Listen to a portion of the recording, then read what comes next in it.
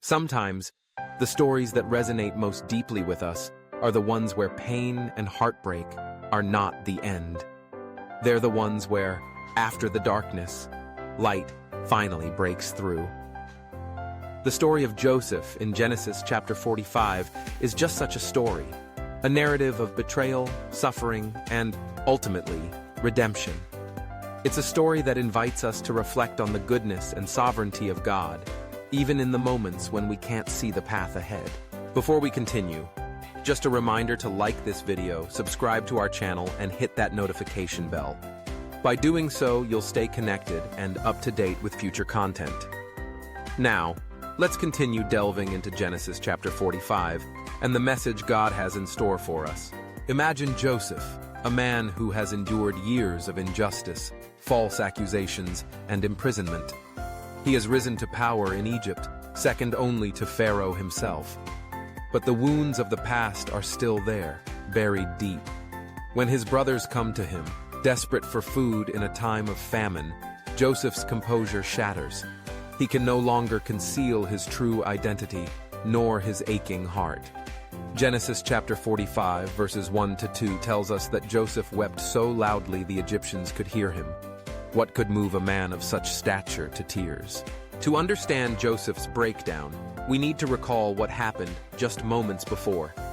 In Genesis chapter 44, verses 33-34, Judah, the very brother who once conspired to sell Joseph into slavery, offers himself as a substitute for his youngest brother, Benjamin. Judah pleads, "Please let me remain here as my lord's slave in place of the boy, and let the boy return with his brothers. For how can I go back to my father if the boy is not with me?" A powerful transformation has taken place. The old jealousy and hatred are gone, replaced by love and responsibility. Joseph, overwhelmed by this change, by the memory of his father's sorrow, and by the weight of everything that's happened, can no longer keep up the pretense. He reveals himself to his brothers, and years of anguish come pouring out. For Joseph's brothers, the shock is immediate and terrifying. The one they betrayed now holds their fate in his hands. Guilt and fear grip their hearts. But listen to Joseph's response, words that must have seemed impossible. "Do not be distressed or angry with yourselves because you sold me here, for God sent me before you to preserve life." Joseph doesn't seek revenge. Instead, he reassures them that they will not be harmed.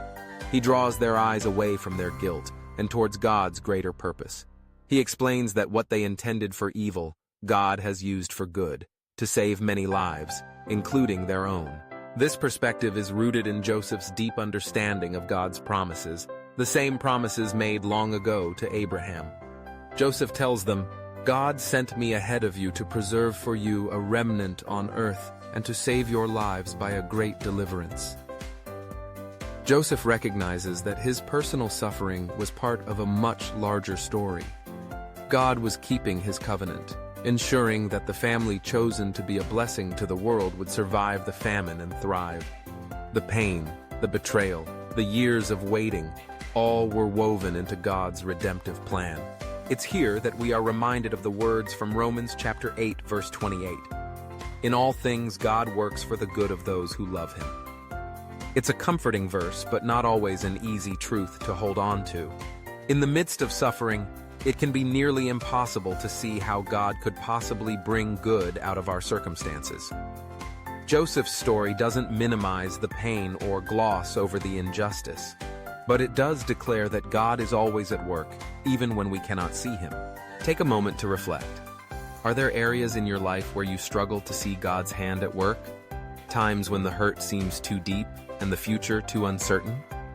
Joseph's story invites you to pray for patience, to trust that God is not finished yet. Even when the ending seems far away, even when you cannot imagine how it could ever be happy, God is still writing your story. Joseph's reunion with his brothers is not the end of the journey. There is still a famine, still uncertainty ahead. But God continues to open the way. When Pharaoh hears that Joseph's family has come, he responds with unexpected generosity. He tells Joseph, "Bring your father and your families back to me. I will give you the best of the land of Egypt, and you can enjoy the fat of the land. Pharaoh sends wagons and provisions for the journey. He ensures that Joseph's family will be safe, cared for, and welcomed. Joseph's plan is that his family will live in Goshen, close to him and protected from the worst of the famine. This is not just a practical arrangement. It is a tangible sign of God's faithfulness. Even in a foreign land, the family of promise will be preserved. Pharaoh's kindness is itself a testimony to God's favor and providence. Jacob, Joseph's father, is at first overwhelmed and skeptical when he hears the news. Years of grief have dimmed his hope. But when he sees the evidence, the wagons, the gifts, the abundance, his spirit revives. He realizes that God has done the impossible. The son he thought was dead is alive, and the family he feared was lost is restored. If you have ever found yourself in a place where hope seemed lost, let this story encourage you. God's grace has brought you this far, and His grace will carry you home. The road may be long, the twists and turns unexpected, but God's promises are sure. He is able to redeem what is broken, to bring reconciliation where there has been hurt, and to turn sorrow into joy. As you reflect on Joseph's journey, consider the ways God has already shown His faithfulness in your life. Remember the times He has carried you, provided for you, and surprised you with His goodness. And if you are still waiting for your happy ending, know that God is not done yet. Trust in His timing, rest in His promises, and remember that no matter how dark the night, morning will come. Let's close with a prayer. Lord, thank you that in all things you are working for our good. Give us patience when we cannot see your hand and faith to trust in your promises. Remind us that your grace is enough to carry us through, and that in the end, your love writes the happiest ending of all. Amen. If this message resonates with you, take a moment to praise our Lord. Type, "Glory to Yahweh," in the comments as a declaration of praise and glory to our Father for His infinite love, mercy, and patience for us. God bless you.